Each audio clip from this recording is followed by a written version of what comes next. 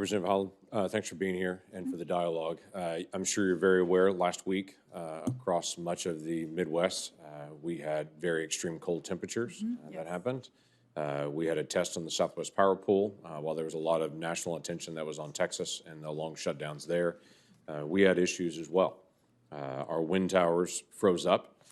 In fact, for several days in the Southwest Power Pool, we were actually running more diesel power than we were wind power, which is not uncommon for us to run 40% of our power by wind power. We had a real pull on all of our solar panels. Obviously, they were covered in snow at the time, or very cloudy days. And so we had quite a challenge on just being able to maintain power when we were negative 14 degrees.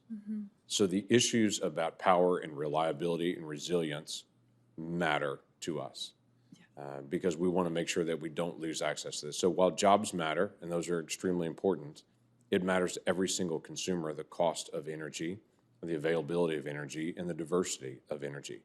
So we are truly an all of the above state, as you and I have talked about before. We have more renewables in Oklahoma that we use in our power than New Mexico does. We are significant in our use of renewables and appreciate those. But we have some real challenges that we want to make sure that we pay attention to. So let me drill down on a few issues because of some of your past statements and want to get a few things just in conversation. The Osage Nation and the Osage Mineral Council, they have a lot of oil and gas development in their tribal areas.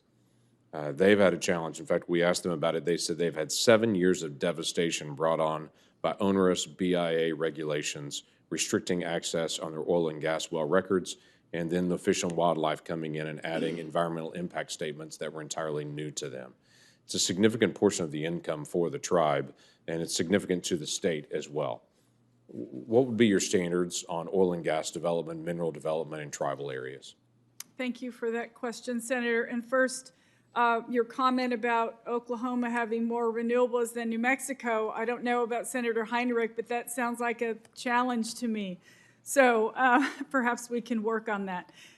Senator, with respect to the pause on leases, I know that it's just on public lands, not on tribal lands. And so tribes should continue to move forward with their operations. Do you assume that the rules would be different for tribal lands as they would be on federal lands in the days ahead? Because as you make recommendations, you've made some pretty bold statements in the past saying no fracking, no pipelines. I mean, some of the statements you made in the past, you're going to make recommendations to the Biden team, and you've said several times you'll follow President Biden's direction, but obviously as Secretary of Interior, you're making recommendations to them sitting at the table as well.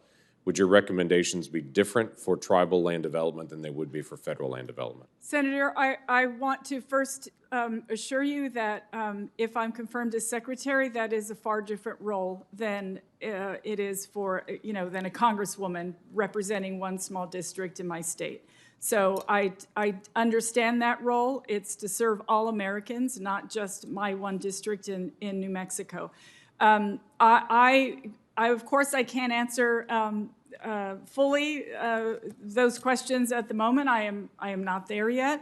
If I am confirmed as secretary, I will absolutely take all these issues into consideration and of course, look forward to consulting with you. But would your recommendations be that there would be a unique difference between tribal management of their mineral rights and oil and gas development, fracking, all of those things, pipelines, than there would be on federal lands?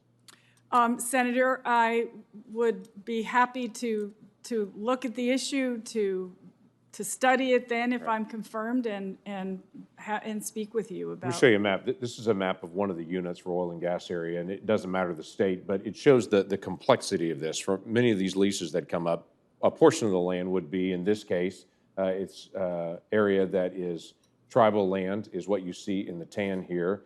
And then in the salmon color, it's Army Corps of Engineers managed, but that still has BLM oil and gas leases on it. So the challenge becomes there's different sets of rules when they go through this process. What I'm trying to get at is this is a common look as you go through the different leases that are there, is that anytime they start to do any kind of unit of development, they get complexity on what the rules are going to be. The rules are different in each of these areas. If you change that area from tribal land to private land, that even changes it more. So let me just ask you a question.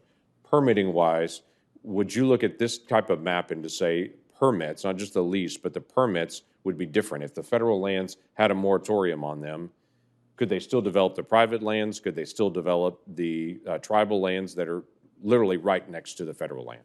I understand. It's sort of a complicated issue, so. But that's what the real world looks like, yeah. Yes, I understand what you're saying, and I would be happy to take a look at those, be briefed, understand the issue far better, and work with you if there's issues in your state.